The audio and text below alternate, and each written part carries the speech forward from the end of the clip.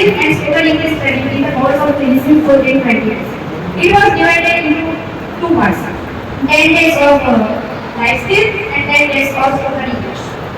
In life skills session, I have learned how to develop self-confidence, empathy and sympathy, how to be ready for interview, pre-interview and on-show. It also helped me to understand about my future goals. In my English course, I learned a lot about the grammar, how to pronounce words, self-introduction and many other aspects. Both men taught us different topic in a play-away method, so that students did not feel bored and would remember throughout their life. They also gave their life example to understand the situation better. In the end, I will say what is that this training is a memorable moment in my life. I learned a lot by this training and I will apply and follow in my coming day of life. And I will say thank you to both you and love you.